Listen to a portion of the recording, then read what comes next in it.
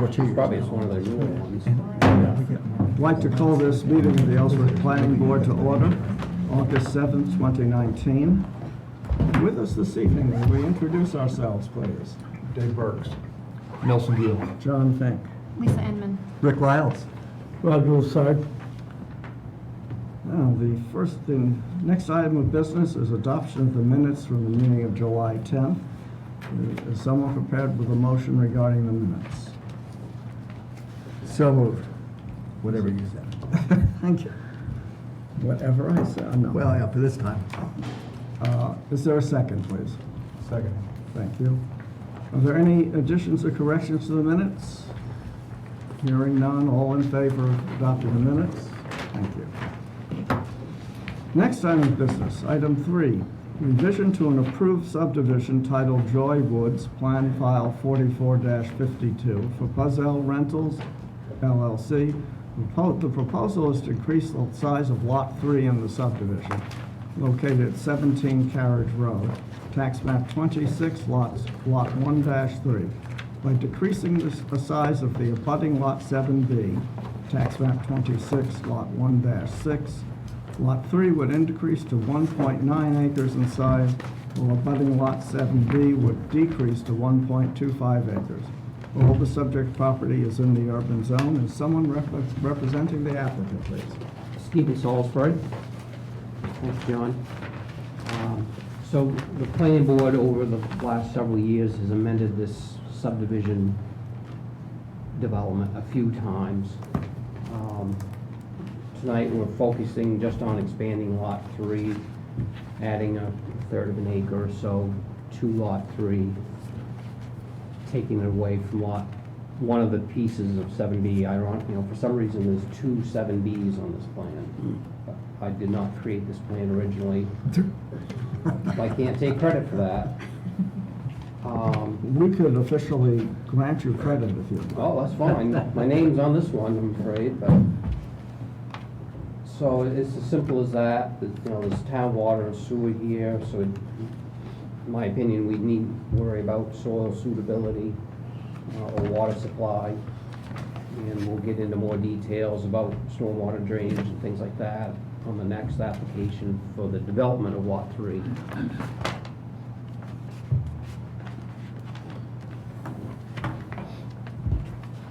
Anyone have any questions for the applicant? Yeah, just kind of bookkeeping ones. So Lot 3 basically gets extended down to the line, the original line with Lot 7A, is that right? Yeah, there's that in yellow there. You guys can Right, see the okay, screen. I got you. That's the expansion of Okay. Lot 3. And 7B, both now and in the future, has access to this carriageway? Yes. Via, that's not an easement, that's an actual That's actual ownership. ownership, Yeah. okay. Yep. So it's not landlocked in No. essence? Okay, and the right-of-way on Carriage Road or whatever, I guess this doesn't really change, is by a road association? No, that's a city street. Oh, it is a city street, okay, I missed that, so. So we go out and plow that, do we, or do they? The city does, yes. It's Okay. paved and, Okay. So, I would have gone out and looked at it, but we're not allowed to do that, apparently. Wish you could look at it tomorrow. Just in the nick of time. So lots 4 and 7B will no longer be adjacent. Are there any access or right-of-way issues at the back of the property there? 7A was sold to an abutting landowner, sitting right behind me, who owns the property to the west, where the campground is. So that has access, and I think actually Lot 7A has a right-of-way over the 50-foot strip adjacent to Lot 3. So while Lot 3 owns that strip, Yeah, Lot 7A I'm has sorry, an 7B. easement over that 50-foot strip between lots 2 and 3. okay. So that's why, all right, gotcha, okay. It doesn't show right away there, but in the deed, there was a conveyance of that right of way to lot 7A. Okay. Anyone else have questions? This is a public hearing. Anyone may comment upon this matter. I ask that before you speak, be recognized by the chair and go up to the lectern and state your name for the record. Does anyone want to speak? No. Okay. Close the public hearing. Let me remind the planning board that on a revision to an approved plan, the scope of review is limited to those portions of the plan which are proposed to be changed, so that the only thing we're looking at are these two lots. Correct. And they have met all the other requirements for the subdivision. So, Now, according to the TRT, there was a new lot within the subdivision created back in last year without our approval. I had looked into that. Okay. I was wondering if, I remember years and years ago, there was a provision that if there was a violation on a property, that you couldn't go ahead and do anything else. But that's no longer there, and I have been assured by code that that's going to be dealt with forthwith, and we will have a chance to And review that. I'd be more than happy to address that if you'd like, Mr. Chairman. Sure. Mr. Salisbury brought his plan before us. We did our TRT review. Then all of a sudden, we realized there'd been a change that none of us knew about. So I contacted Dr. Piazza by email. He got right back to me. I called the surveyor. I expect they'll be in the next month or two to amend that. I think the issue was, it's such a thin line that connects Lot 6 down. I think the surveyor missed it, didn't realize it was part of the subdivision, although it may have been referenced in the deed, I don't know. But we didn't want to hold this up tonight because the applicant, the developer's got a very few days to get this resolved before his purchase sales agreement runs out, I believe. And we didn't want to have him go through the hassle of extending that, because it doesn't really have any bearing on what he's doing here, because it's at the other end of the subdivision. But I do have assurances it'll be resolved in a couple months, so. And also, there's nothing that says that we can't do this. That's correct. So as the code enforcer, you can approve it once it's done, right? Doesn't have to come before us again. Oh, yeah, this will have to come back. It will have to No, come no, back. no. And the minor The changes item- that the come back. item that- No, that's what I meant, the buyer change. The one, the previously unknown change. Correct. Does That's that gonna- change That will come back to a as well? subsequent. That's So it's correct. two things, Yeah. right? So we'll have to come back to us. Yes. As a revision to an Yeah. approved plan. Right, Yes, okay. correct. So the other thing we're gonna do tonight is the lot. What's before you on that plan? Yes, Correct. correct. Yes. Yep. Further issues? I have a question. Okay, sure. Right there on the plan, it says 18-inch culvert typical. From a, what does the word typical mean? Is that like, it could be smaller? Well, that's typical, it's just, that's normally what would be used for that, the amount of flow and discharge of water there would be So 18 inch. it's not specific that it has to be? Well, that's what we're gonna look for when we go out and do a field review, is an 18-inch culvert. Okay.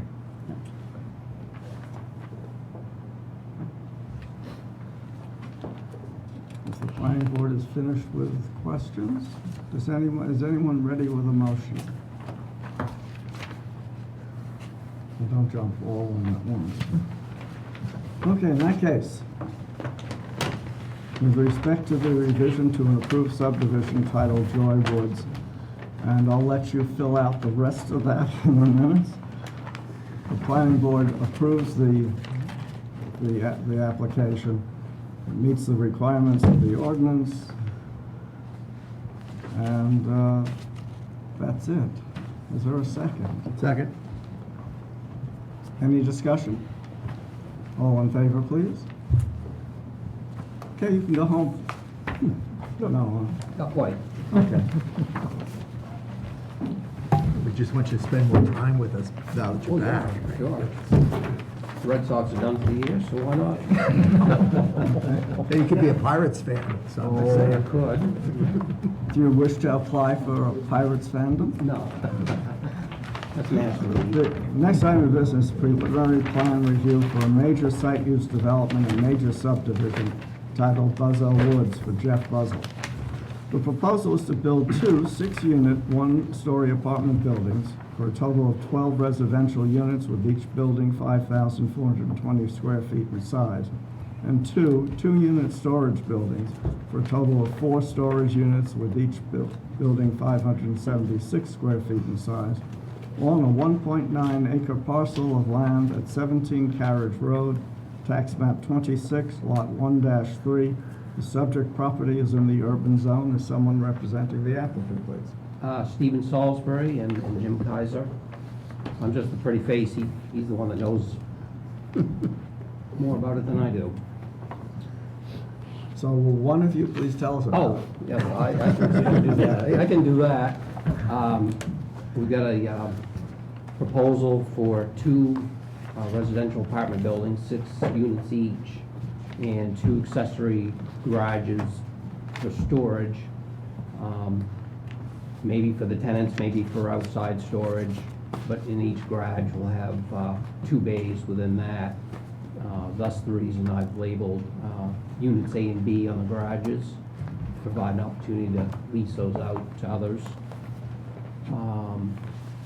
We made provisions in the future, should they be converted to some other use, for water and sewer stubs, as we put the utilities in through the run right up the driveway.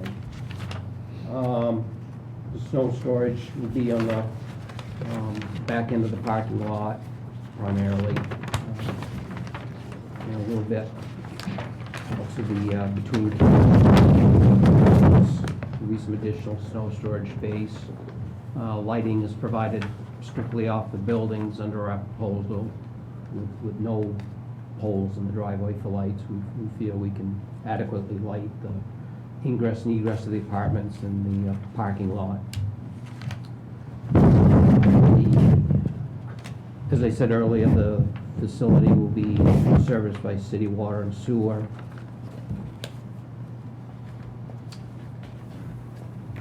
And other than that, this is pretty straightforward. Planning board, question? Sure, just to keep things interesting. In different places with all the stuff that came in, you go back and forth between 12 and 16 units?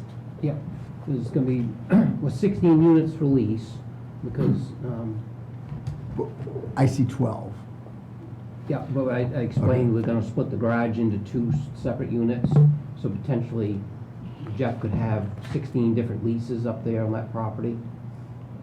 Okay. Lease it for storage, or Okay. lease the residential. So, but either so, one's so those got a little lease. 4 little things are not gonna be like tiny houses No, or no, something? no, Okay. no. So they're not meant to be, nor will they be residential things? No, not under this proposal. Okay, I just wanted an opportunity to be able to lease those separately and not Okay. get into subdivision trouble, because this Okay. is under subdivision as well. okay, A lease is effectively the same as, acts the same as a sale under subdivision law. okay, You have to make provisions for each unit. okay, So we've made those provisions and numbered each unit, and we had come up with a 16 total count. okay. And when you do things like the trip generation study, Yes. you use 16, is that correct? As opposed to 12? We did use 16 just as a safety factor on that for future in case that they did come back in. So we did use 16, which is, like I say, conservative on it with the minimal amount of traffic that it does generate. Okay. So your argument is that as for storage units, it would generate, in all likelihood, in reality, less traffic than for residential Yes. units? Yeah. Staying on the trip generation stuff, this is a one-story thing, right? Correct. Okay. So you've used a mid-rise, the land use code that you used isn't consistent with a single-level unit. You got to break them up into units at some fashion or through Right. the ITE manual. Right. So not all categories kind of all fit into a perfect scenario. And Okay. we felt that the best scenario that fit this particular application was that land use category. Okay, but there are three land use categories that deal with this sort of thing. Right. There's, high use or whatever, and kind of mid-range and then low range. And it struck me as that the low one was the most appropriate. Why is that not the case? Because you use the If I other. remember correctly, there's not many studies associated with that one. No, I don't. I can't remember No off the top of offense, my I don't head. buy that. No, But let me- if you look at the manual, there Uh-huh. are certain classifications that they have in the manual Uh-huh. that they may only have a half dozen studies that would fit into that classification.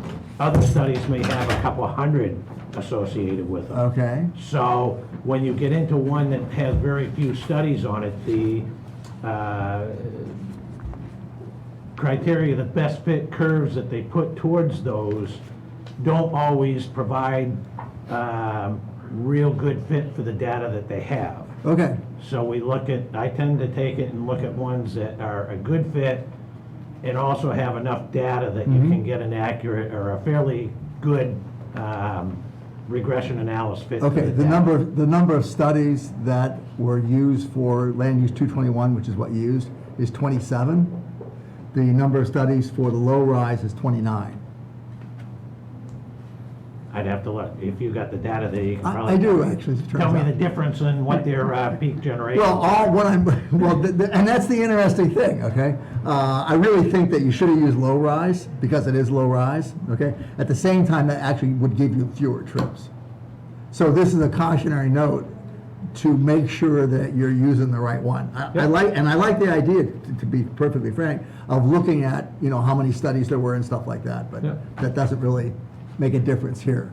So in the future, to whomever, okay, may be listening, I think you need to be a little more careful about that. That being said, land use 220 actually produces fewer trips, which is presumably to your advantage. I was hoping we could reconcile one data point. In Kaiser's response to the TRT, page 60, item 6 describes the nearest hydrant as being 230 feet westerly, and the TRT report Yeah, from July right. 31st states that the nearest hydrant is 417 feet away. So I'd just like to reconcile which of those. I measured up the street to the driveway, and their measurement goes up, includes the street and then up our driveway to the front of the apartment building. So it's not the street frontage, which is the 215 feet. It's actually going into the development to the first part of the building is where the differential in those two measurements come in. Okay, so maybe Mike can help me out. Are we That's correct. good with that number? Okay. So you said you're good with that different number? Yes, we actually measured we went out and measured from the hydrant to approximately that location, and based upon what we had for the plans Mhm. that they provided, it was approximately 462 feet to the front edge of the first apartment townhouse. Okay, so and they said 200 something, are you good with that? And from a fire protection, whatever perspective? Good, I guess I don't understand. Well, you said 400, and 400 and something is a problem. They said 200 and something, and 200 and something's not a problem.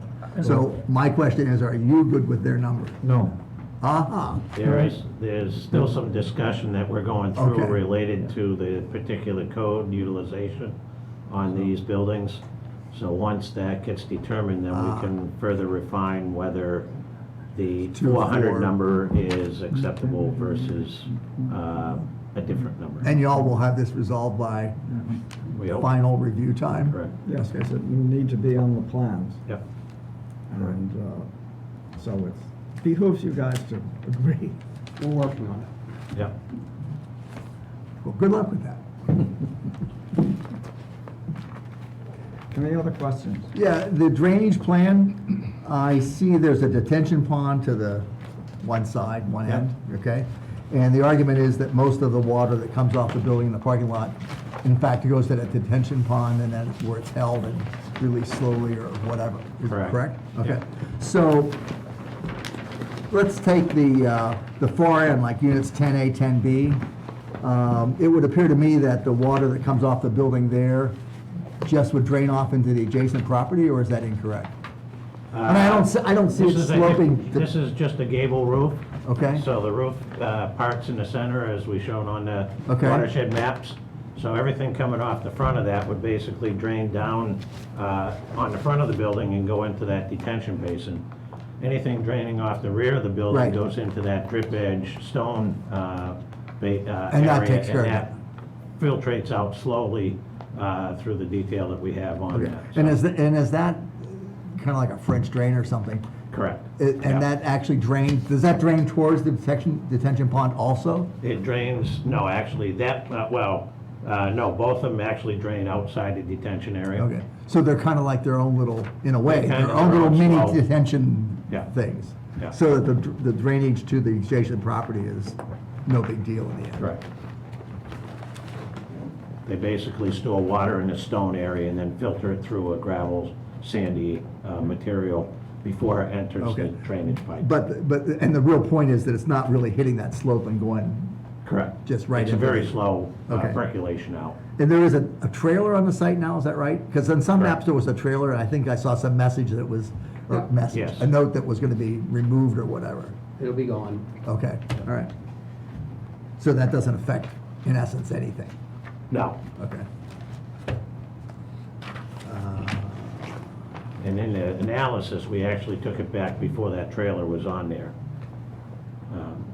So that we were looking at this development as just a raw site, piece of land for the pre-analysis on it. Okay.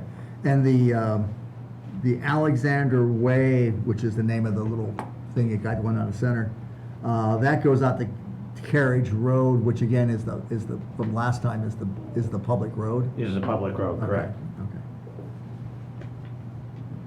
And on one thing here, on one map, shows a gravel drive, is that existing? The gravel drive is existing. And you're gonna pave you're gonna Yes, pave it? there's in a real- hatch pattern on what will be paved, so that gravel drive gets widened a little bit to accommodate two-way traffic from what the site is currently. Okay, okay. And do you have any requirements, and I ask that of everyone actually, are there any requirements that the state has to, in terms of wherever Carriage Road goes out to US 1, there's no need to redo that intersection, or restudy that intersection? Is that a, I think you should have in the packet, you folks sent a letter, Right. an email to Bruce Mattson at MDOT. Okay, And I don't okay. know if you've heard a response back. Have not heard Okay. as of today, but Okay. my belief is that it's gonna come back because you have to have 100 trips in a peak hour for a traffic movement permit. yeah, yeah, So the entrance on the Route 1 has already been approved for the subdivision itself. Okay. So now it's just a matter of whether this development trips anything else as Okay. far as the concerns are. And the traffic counts are so small on this that I'm You're almost hopeful that it 100% won't. positive Yeah. Bruce will come back and say, no, no other permitting is required. Seriously, is the fire department comfortable with turn radii? Yes, they've shown that on the plan of 30 feet. Other questions? Is there anyone from the public who wishes to speak? Hearing none, I shall close the public hearing. So, what we're here to do today is make a determination that the plan is complete. Not that anything included in the plan is good or bad, just that we are presented with the materials that the ordinance says we should be. Does anyone wish me to go down the requirements for completeness? Because we have that under two different parts of the ordinance, under subdivision and under site plan. Or are we satisfied that all the materials are here? Not all. I think I was good. I think I was good. And so was I. And this isn't allowed use in the zone, which is another important thing. So would someone like to make a motion? Good practice, guys. Well, where's the thing here? Because I didn't bring my agenda with me. I don't have his new description. But following our esteemed leader, and they really don't have to say this entire paragraph anymore, apparently? Okay, I thought you did, but, Well, because, well, we can do that. oh, there's no but need for me. I have just asked that the minutes include. It'll be included by reference. Same thing there, okay. okay. Make the motion, the Thanks. preliminary plan for major use site development, major subdivision, Woods, be approved and all the rest of the stuff Oh, added. no, No. actually, if I could correct you. You That certainly the- That can. the plan is complete. The motion is that the plan is complete. That's all we Okay, we sorry. need to do with a preliminary. So be it. Next time, we go through and decide whether all the information is accurate. So moved, changed, So- whatever. So noted. Second? I'll second. Thank It you. dies for a second. Any discussion? All in favor of completeness, please. Now you can go home.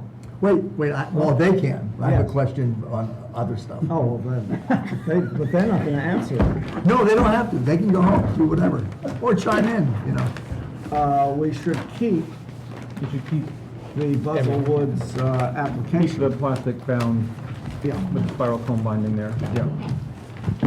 My only question has to do with last time we talked about the spiffy Checklist. checklist that we're gonna use and stuff, Yeah. and I was chagrined to see that we didn't have the spiffy checklist with this. I apologize for that. I've been trying to tie up some loose ends, prepare to make my move, so that torch was passed on to the next person. Okay. But we have, But the intention is that that's gonna happen. the intent, yes. I think once everything gets straightened out. Come up with exit review. Thank you, Dwight. Can we make a motion to recognize, or not recognize, but thank Steve Fuller for his service to this commission, or is that inappropriate? No, that's perfectly appropriate. And the fact that he's running out on this should not influence us in any way. And not only that, he's been poached by a former person. Yeah.